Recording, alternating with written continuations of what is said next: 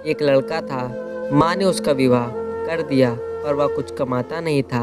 माँ जब भी उसे रोटी परोसती थी तब वह कहती कि बेटा ठंडी रोटी खा लो। लड़के की समझ में नहीं आया कि माँ ऐसा क्यों कहती हैं, फिर भी वह चुप रहा।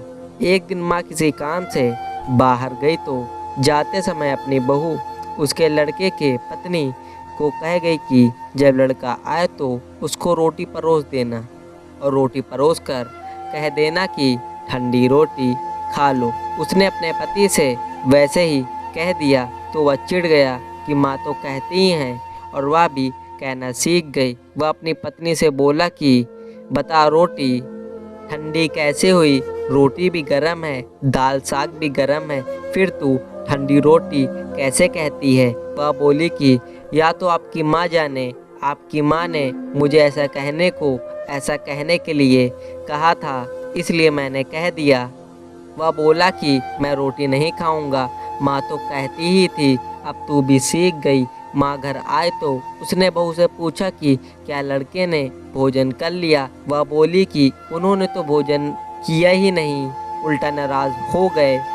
माँ ने लड़के से पूछा तो वह बोली कि माँ तू तो रोज़ाना कहती थी कि ठंडी रोटी खा ले और मैं सह लेता था, पर अब यह भी कहना सीख गई। रोटी तो गर्म होती है, तू बता कि रोटी ठंडी कैसे है। माँ ने अपने बेटे से पूछा कि ठंडी रोटी किसको कहते हैं, तो बेटा बोला माँ सुबह की बनाई हुई रोटी शाम को ठंडी होती है, बासी रोटी ठंडी और ताज़ी रोटी गर्म होती है।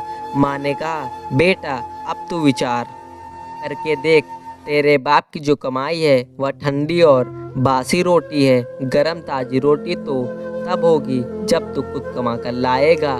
लड़का समझ गया और माँ से बोला कि अब मैं खुद कमाऊंगा और गरम रोटी खाऊंगा।